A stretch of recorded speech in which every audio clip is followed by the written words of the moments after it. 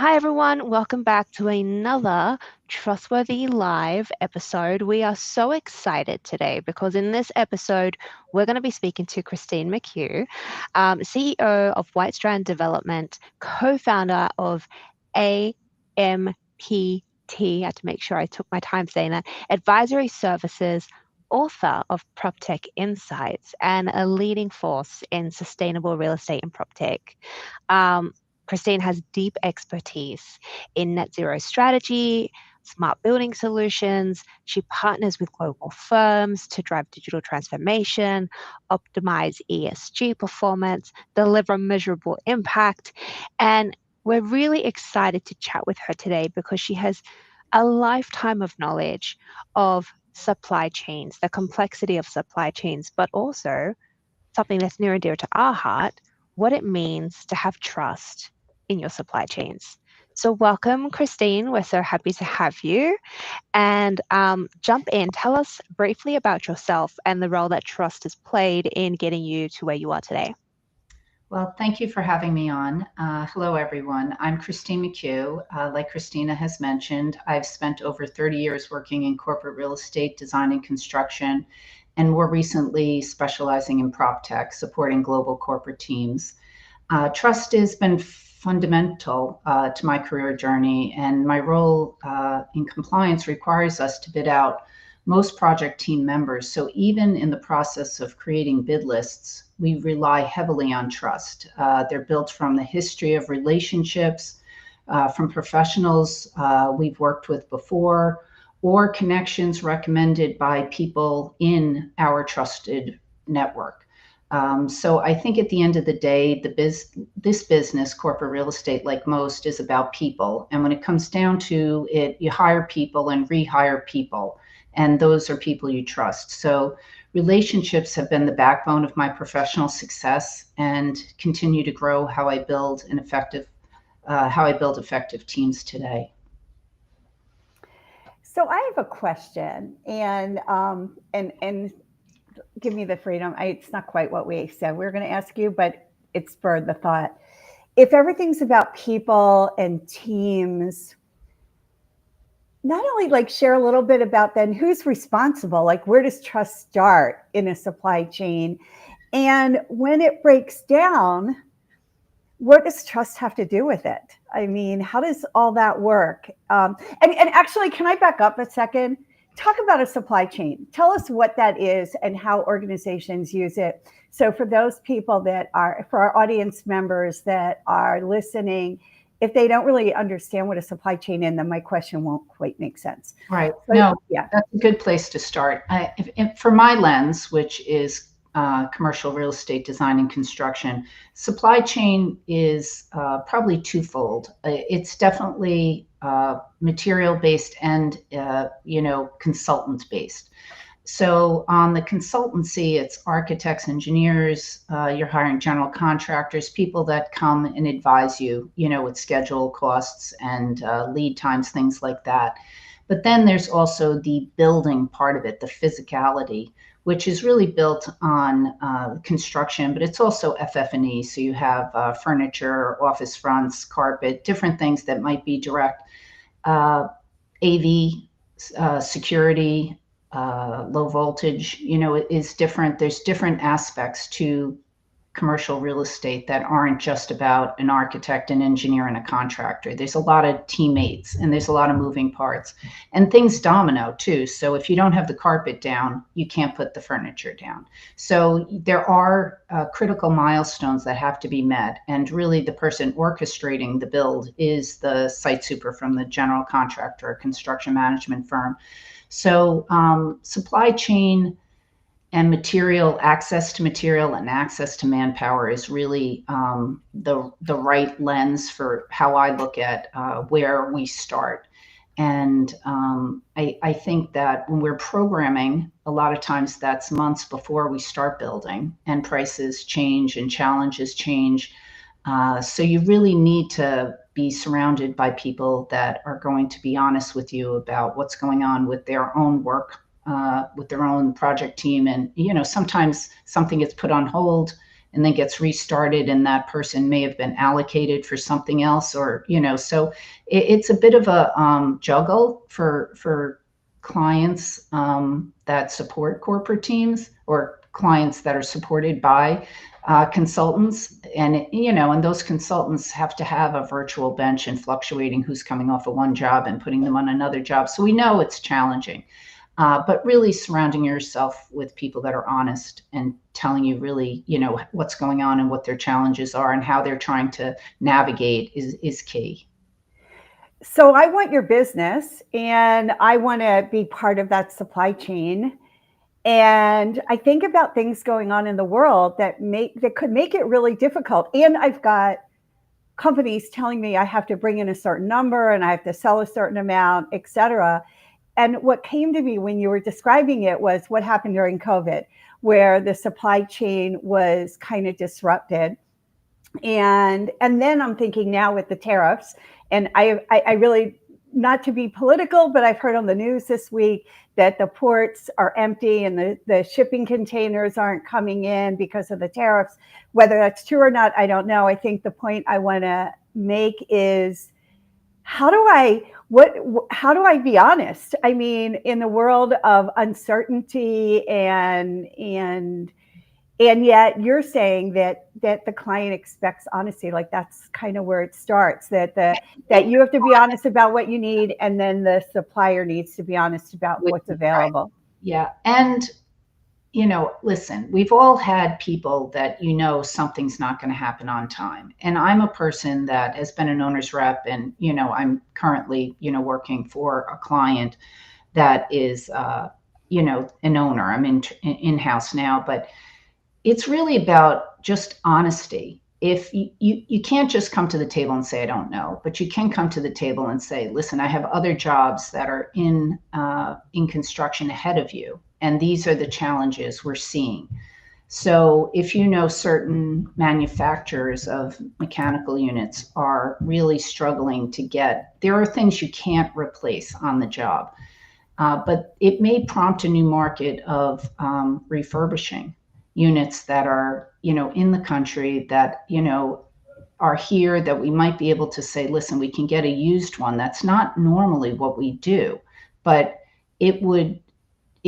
and I've moved moving coolers in, waiting for crack units. And, those are Band-Aids. It's not pretty. It's not something you want to do. But when someone's coming out of a space and they have a surrender obligations and they have to be out and they can't extend, and you're building something and they can't move in because they don't have a CO, certificate of occupancy, those are real problems. They have huge holdover expenses, and it's not fair not to throw out everything that you can to figure out those challenges so that they can get in. So I think refurbishing and appliances are a huge issue. So if you're saying, listen, I know we're getting new appliances, but why don't I hold the refrigerator that was from another job, or it's coming off of another floor, and we'll use that temporarily until we get X in.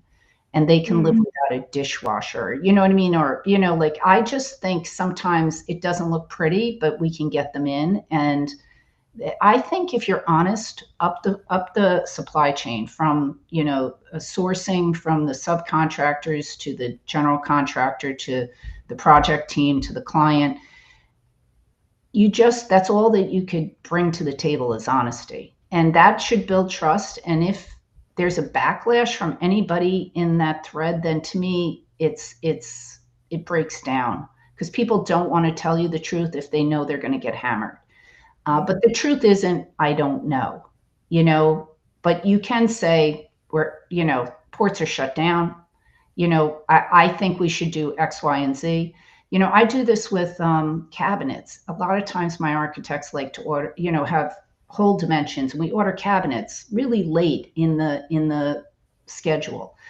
And I'm like, why don't we just order standard cabinet sizes, 24, 30s, 36s, whatever it is. And then we'll just put little filler. We'll just get little fillers for the sides, maybe 1 inch or 2 inches on both sides. We don't have to have a 33.5. And by doing that, I can order that millwork, at any point and store it. I don't have to wait for the wall. And then I put hold dimensions on a plan. So now the contractor has to hold these dimensions.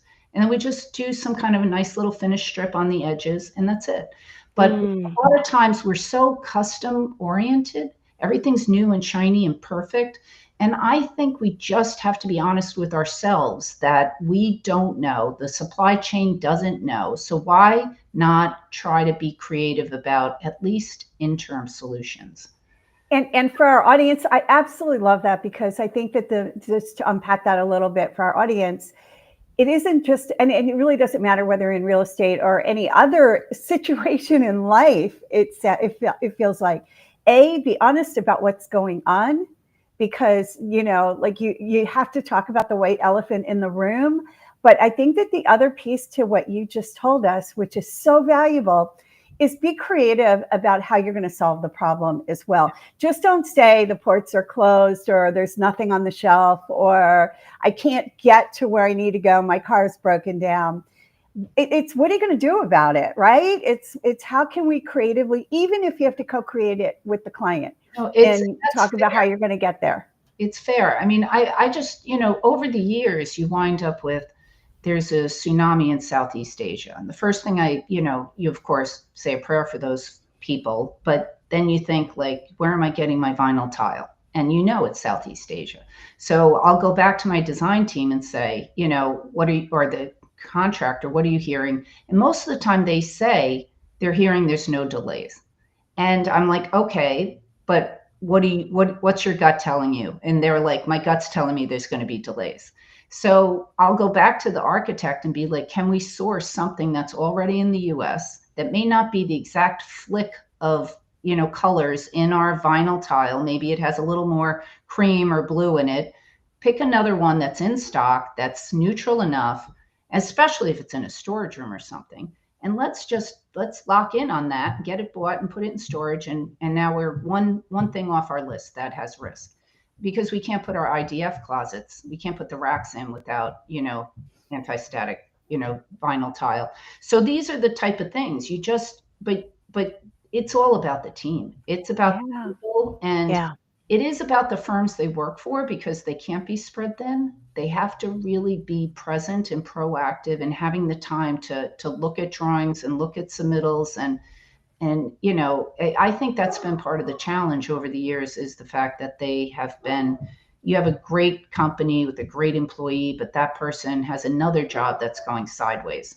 And, they don't have enough bandwidth to really care for your project the same way they should be able to. And that, that's sometimes, one of the bigger challenges that's less obvious when you first hire people. Christine, I wonder, I'm kind of processing everything you're saying, and it does go back to the team. It does go back to maybe some agreements that you make as a holistic team early on in the project, to say, like, if we run into a hiccup, how are we going to solve for this? Or how are we going to work together as a collective of different vendors, different suppliers, competitors? We're all in the pool together, trying to deliver this masterpiece for the client. Do you think that there is a step missing, or something that you would recommend teams do? I think it's more framing the team as a partnership. I think in the past it's been, you work for us, you jump through hoops. This is, we're a big player. I do a lot of global corporate work. So people are so excited to work for X company that I've represented. And that's great, but it's a two-way street. And if you really are a great client, you get the A team. And if you're a person that, it doesn't matter how big, you are in the industry, if you are not reputable, it's going to hurt the outcome of your project. And that's just the basics. And it's all about trust and, and people being reputable on your team. And I think that framing it as a partnership is the way to go, because this way you're saying, this is one of many projects I'll be working with you on. And, and if, all I can ask you to do is the best you can do. It's like an athlete, every game is a different game. There's different challenges. highs and lows. We're just going to work through them, but we just want to know. What I always ask is, if you have bad news, I need you to share it as soon as you know it. Don't hold on to it. I've had cases where, somebody doesn't tell me they found asbestos. And then, of course, the loading dock guy finds out and tells the ownership, and the owner calls me, who's the design and construction lead, and it's like, what's going on with the project? You guys found asbestos. And I'm like, I have to call my contractor and be like, we found asbestos. Oh, we were still figuring out how to tell you. I'm like, don't think about how to tell me, just tell me, because the last thing you want is your boss calling you saying this happened and you don't know about it. That's a example of the breakdown of trust. And it really drives the value of intentionally creating partnerships and intentionally having those norms of communication. And what happens when we get into a minor or a very serious situation that we need to flag a risk. Yeah. And also owning mistakes, because if I work with someone on one project and they don't own a mistake, and then they come up on another project and I potentially need to make a recommendation, how is that going to influence, your ability or your openness to kind of make that recommendation?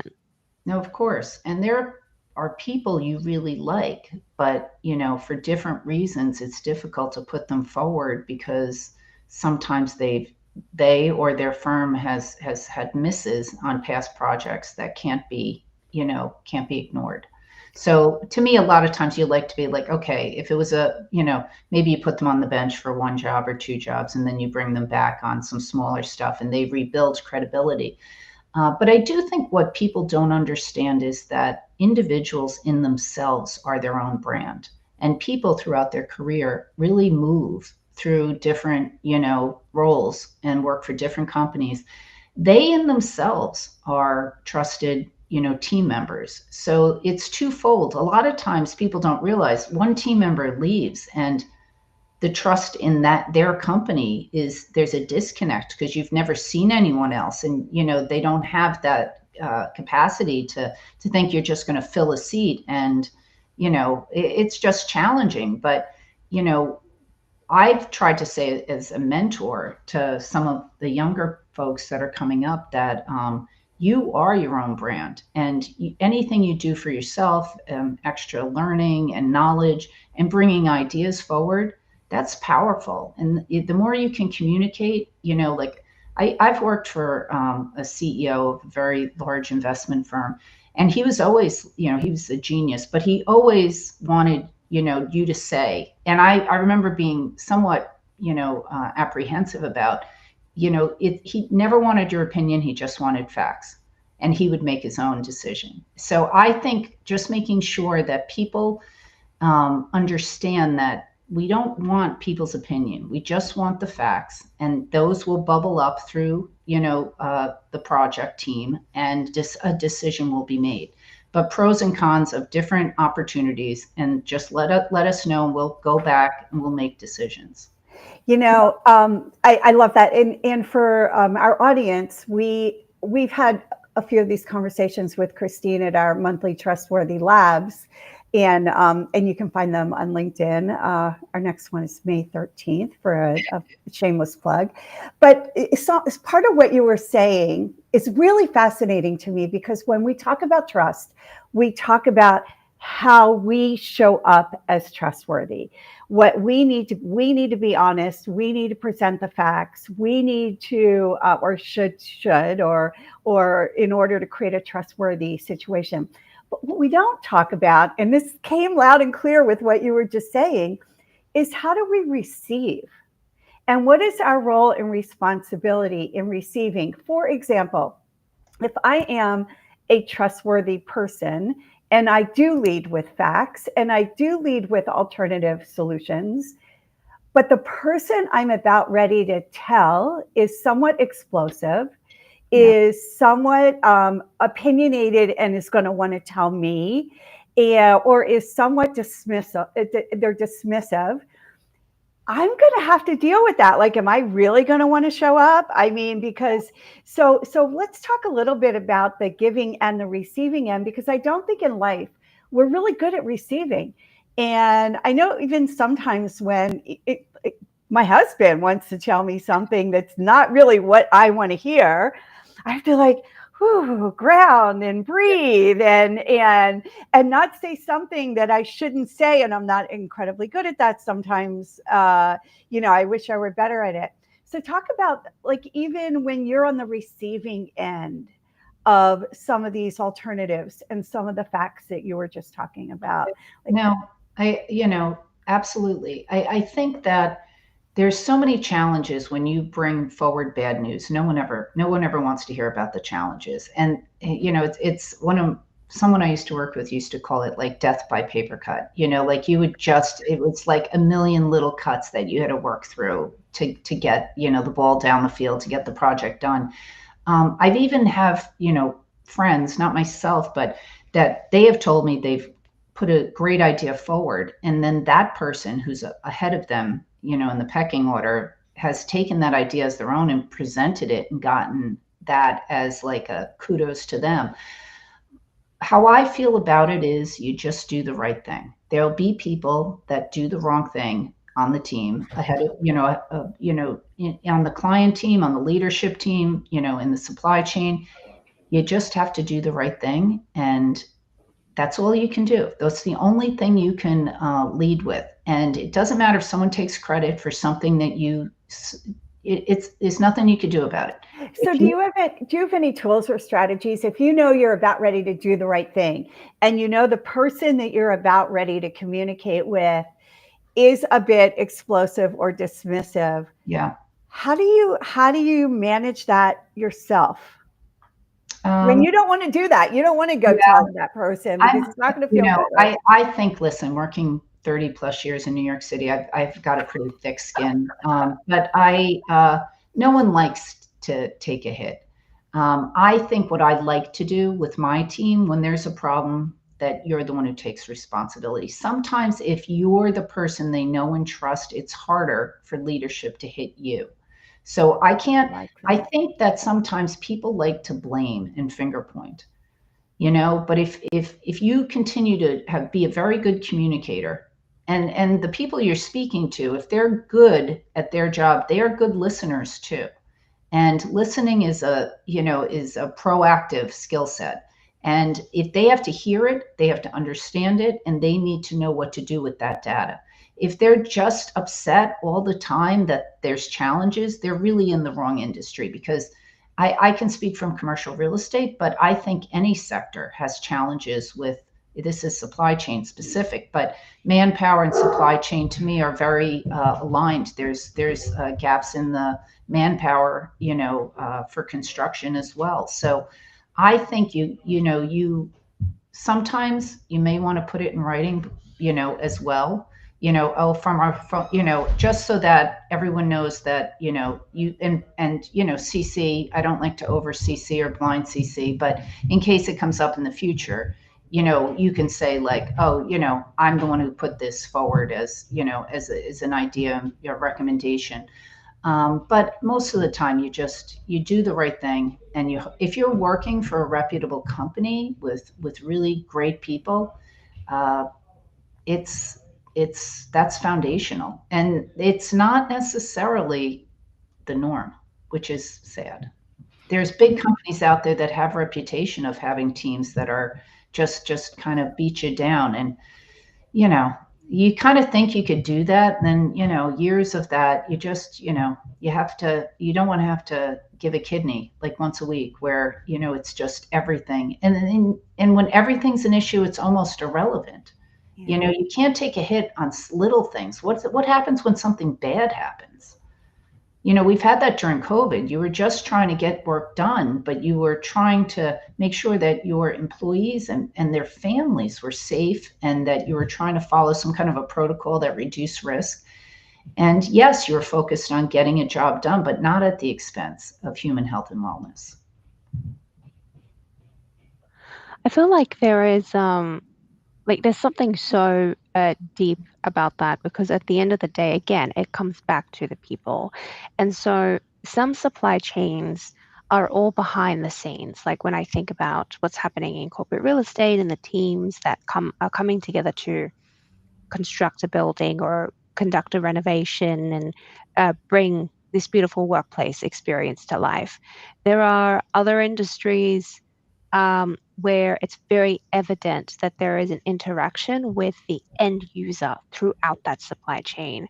So I just came back from a conference where there was an incredible tire manufacturing organization who was, you know, rethinking how they organize themselves behind the scenes with significant impact to how their customers interacted with them. And so the customers had to be throughout, invited on the journey with them early so they could figure out, how do you buy? Like, how do your needs come up so we can adjust our structure and serve you best? Have you been in situations where there is a difference of opinion in the supply chain and there's just a stalemate? You're stuck. Yeah, well, I think that building standards for companies is really going through that process. And I think navigating who to have on a committee that is really choosing different finishes and lighting and working through that. But they have to be the voice of the people, not just somebody who's kind of, I guess it depends on the culture, to be honest. But you really are trying to find something that's, I always think people, planet, profit. That's kind of, how we should think of things. But, when someone comes to you, you're always thinking about scope, schedule, budget. That's the reality of what I do. But when I remember lighting for one of my clients, always having challenges. They were a lighting consultant, and this happens more times than I care to admit. They spec things from all over the globe, and working globally, but a huge amount of work in Manhattan. Huge lighting manufacturers in New Jersey. Like, why aren't we looking right in our backyard for the same? Why do we have this embodied carbon footprint from getting lights from Europe or wherever they're coming from? And I did an analysis, and just for 30,000 square feet, I saved just on material cost $35,000 per floor and $15,000 in labor, union labor, mind you. And that had to do with circuitry because we could piggyback some of the circuits. But so it was $50,000, $50,000 per floor, and we built over 500,000 square feet. And that's a significant savings also with the embodied carbon, and you're building local economy. So I think and this was there were no tariffs, there were no problems. It was just the right way to do business. But I wouldn't want, New Jersey to be sending, to send lighting to London. There must be the same scenario there. So you look regionally to build your team and your supply chain that makes sense. And then that's kind of becomes your framework. Do you think in that example, there was a lack of standards or maybe a lack of alignment on what was going to be valued as a key performance indicator, such as sustainability, such as I that impact? I feel like ESG and sustainability right now are not things that anyone wants to bring up. I always think optimization. You want to stretch your budget as far as possible. You want to save energy, and you want to make smart business decisions. And you also want to, you want to build local economy. So to me, it's I did the same thing with tile that was coming in from Europe, ceramic tile, and we wound up buying it out of California, and it was almost like you couldn't tell the difference. We paid more for it coming out of California, but it was quicker in the supply chain. And they also, as a business, they were an American company, an investment bank, made a decision that they really wanted to support American businesses. And whatever the uptick of this money was, and it wasn't a lot in the big scale of this, 600,000 square foot project I was working on, they said, yes, absolutely. We'll buy it locally, and at least it'll be readily available. And we'd rather support local business. And that's not a sustainable story. It's just a smart business story. And I think that that's people. It's like on a business side, that leaders want to support other businesses, and that then people would do the same for them. Could you just repeat one more time? So No. if sustainability and the environment are not necessarily what people are interested in today, what were the words again that I think lead to the same thing, but are much more acceptable? You rolled them out so naturally and quickly. I'm not good with repeat. I'm going to have to rewind. It was optimization, business efficiency, cost optimization. Cost optimization. It was great. I mean, they all lead to the same end, right? It is. And I think, I guess I phrased it a little more eloquently, but I think to me, it's optimization. Supply chain has to do with building businesses locally, or aligning with local businesses. And this is, as we get closer to scope 3, which will come, and, regardless of what's going on with government, restrictions now, things will get worked out. We'll have a game plan on how to move forward. But I think we're starting to look more internally at our finishes and our supply chain. I think the one thing, as a person that's run real estate construction projects for over 30 years, I was always looking for diversity on my project teams and aligning with different, even if it was veterans or minorities or women, in the trades. There's all these different agencies nationally that you can get involved with. So I always put that in my contract language with my contractors. And what I guess I didn't realize is that in the supply chain for the material sourcing, that I had potentially had no transparency at the time, but the labor laws in the countries where we are purchasing material. And I think as scope 3 is worked out, I'm happy that we're getting to that point, that I'm still in the industry while this is potentially going to be achieved, that we're going to be making business decisions, not just on scope, schedule, and budget, but where is the material coming from? What is the price and the lead time? But what are the labor laws in those countries? Because people don't realize that slave labor, child labor, these are not acceptable. And if we want to really be a strong brand, we cannot make believe we can't see things that are relevant to what's going on in the supply chain. And that has to do with shipping, and transportation, rail, shipping, there's so much depth there, but there are companies now that are really looking at embodied carbon and not just the material content side of it, but also the labor laws and where these materials are coming from. And I think that's powerful. And I'm glad to be in the market while this is evolving. Can you back that up a little bit? Because you brought that up at one of our last labs. I did. I know. I was hoping we were going to get there. So talk a little bit about, I'm like an average person on the street and I work for a company. Who is responsible for setting that mission and doing that research? Like, how do I know is that me as the everyday employee? Or is that, how do you even start with that? Or how can we help people wrap their arms around it? I know. It's a big ask. And it comes down to almost the company and their values. And when you're looking at supply chain and you're thinking about where you buy things from, and that you can potentially, maybe this is the only place in the world that you can get something. And I don't want to throw out countries, but there's countries where you get, fabric from where, there are that there's child labor involved.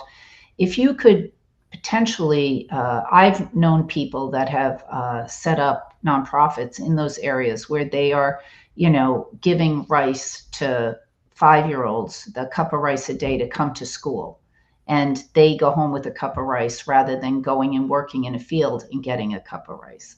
And, and they've interviewed the parents and they've said, listen, if the child, and we think of child labor laws here in the US as someone who's probably like 16 working, these are babies. These are kids that can walk. This is a 5, 6, 7-year-olds.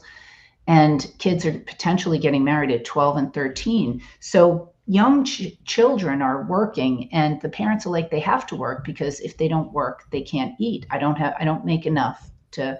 So now they're trying to set up a different platform where corporations are supporting local education platforms where they're feeding them to come in to learn. And by potentially elevating education, that it will help the whole economy rise. And that's the hope. And, you know, I think it's a work in progress, but I think that's the right thought process in an example like that. So, but how do you find out? I think people don't realize how many little pieces and parts are in everything, you know, from appliances, there's gaskets, it's coming from so many different places. You know, some of the large architectural firms, I won't say who, but was setting up like a,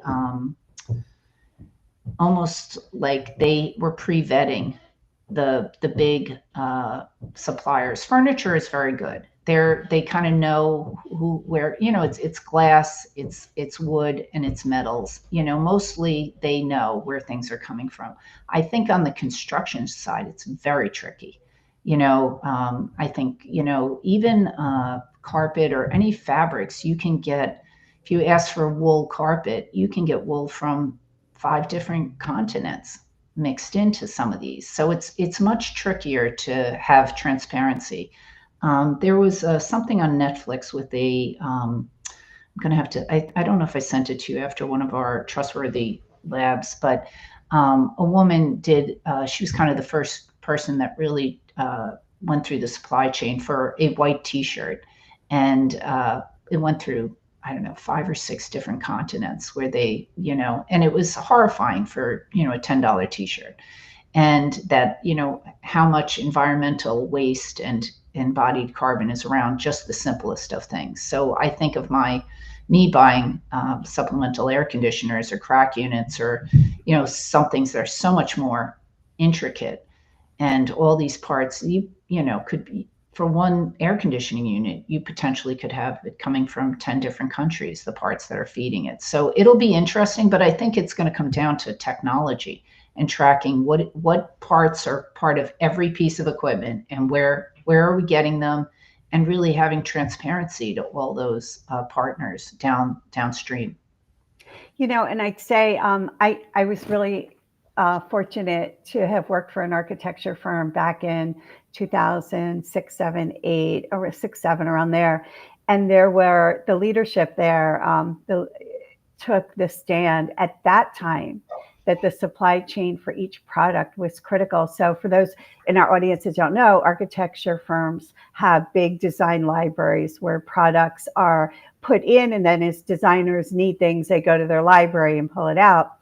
And they asked every single contributor to give their entire supply chain back in 2006, 7 for every product. And unless it met certain criteria, it could not go in the library. That's very progressive, because that's just people are really starting to embrace that now. So, you know, so this woman, 20 years later.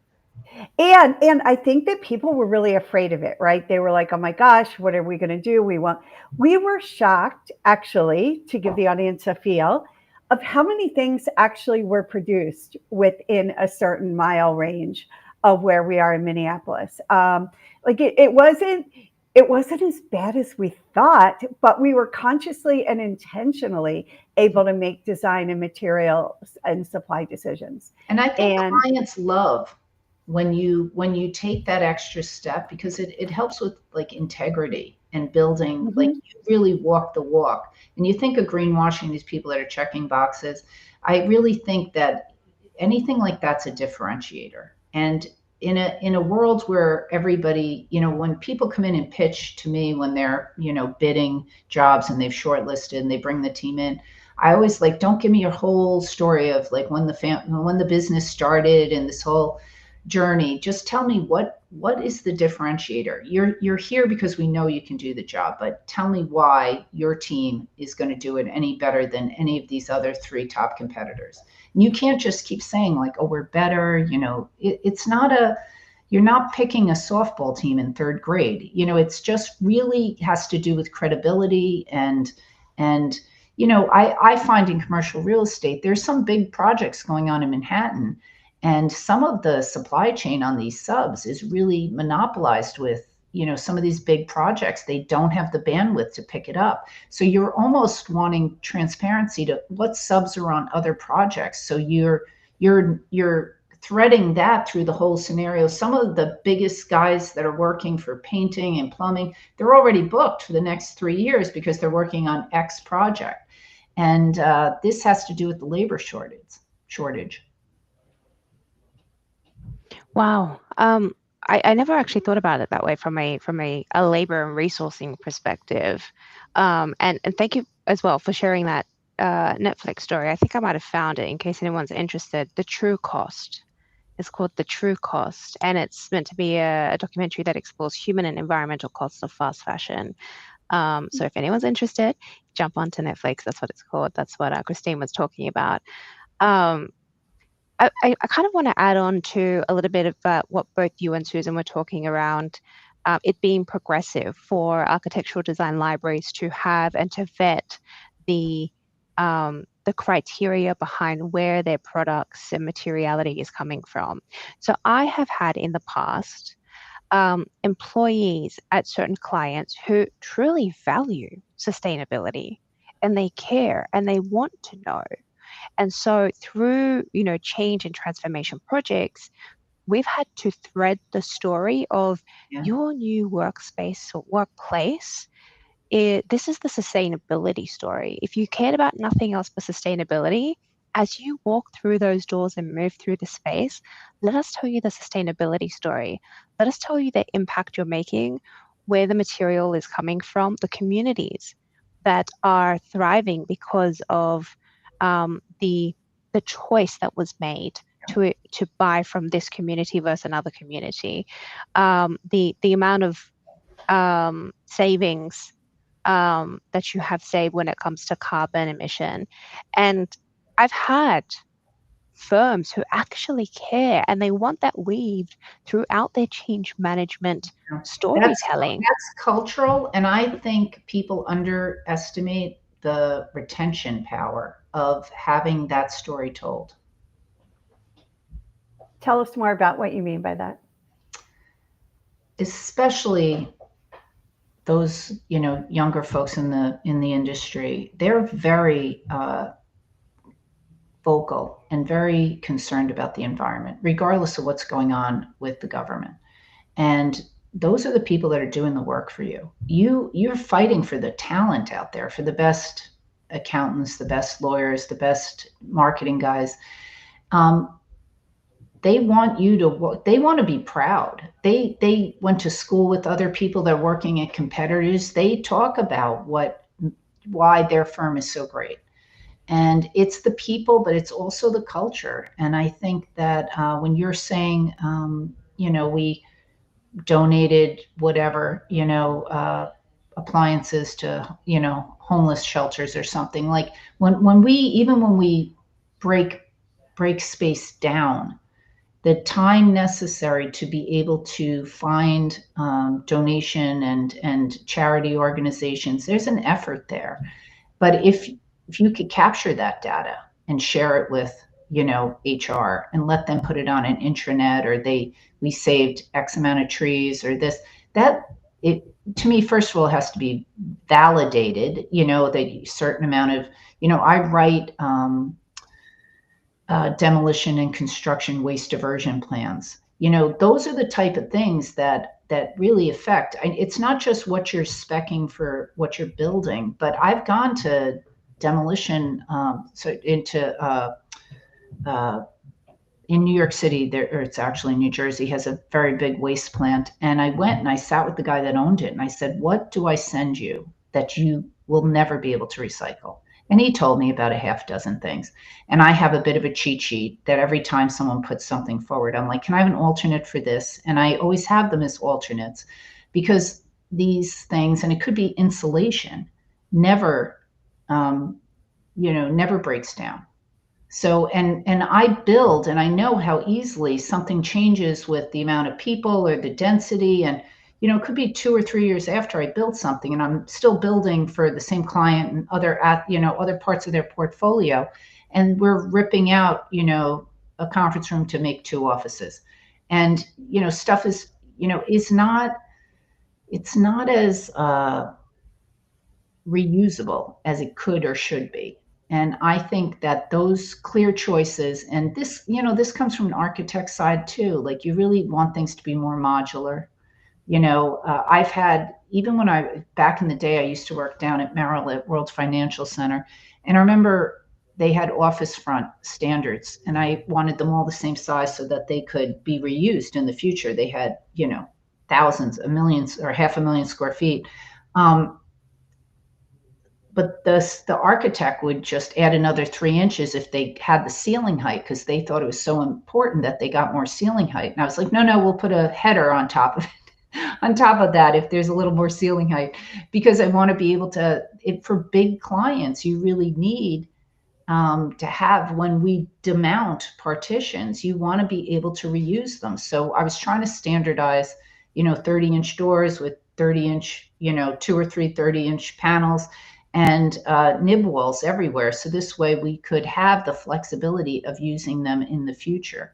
And, those are the type of things when you're talking about modularity. And we call it, or I call it, a kit of parts. It's not just furniture, this fronts, it's lighting, it's security standards, it's AV standards. I build control standards, to try to, really be looking at, I think of it as trying to, when you're looking at, sorry, get my thoughts together. When you're really looking at buying energy and what can we, have risk reduction, and really hoping that you could have enough material that you could do the right thing. Back in the day, only carpet, Armstrong ceiling tiles, there was only a few people that took material back, and you'd have to send the carpet back to that manufacturer. And then people got it together and said, listen, any manufacturer can take anything. And they, and then they, this kind of thing happened. It hasn't really happened in a lot of the bigger other pieces of the business, but I think it'll come. And I think there are people out there that are, doing interesting things. And I think that's, you have to talk about it and educate people and listen to podcasts. And those are the type of things that help you shift your mind and bring an idea forward. Yeah, you've shared so many practical strategies and like steps and standards that you've created that it sounds tactical, but they are actually very strategic, because they actually lay the foundation to enable trust, to enable transparency, to enable, as you said, it's not just about profit, but it's about people and the planet as well. So you're inherently building trust into your standards and processes, and that's what I love. For anyone who might be listening, who is about to embark on a project, no matter what it is, what might be like your 2 or 3 recommendations for maybe, what should they do to start to begin to build trust within their supply team or supply chain? Yeah, well, for you to build trust, I think you have to be trustworthy. So you have to lead by example. And I think that that's tough sometimes when things are not going well in a project. But I think you have to walk the walk, and then and set that as the expectation, that the culture is, we want to know as soon as bad news, just bring it forward. And I think too, if you have bad news, don't share it publicly. Take someone aside and give them a moment to be able to react to it. If you make a statement in a project meeting where there's 25 or 35 people, people get frustrated when they get something out of left field. So I always think it's always important to, when you know something, you pick up the phone, you say, we have to talk. Can you meet me at the job site? You explain something of the why.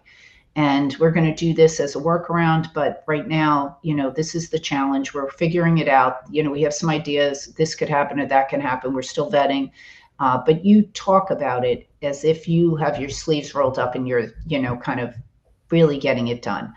And you're worried when you just don't drop a bomb. So I think that to be the person that is setting the tone for open communication, but also to build a team where the expectations are foundational around honesty and trust and not hiding information.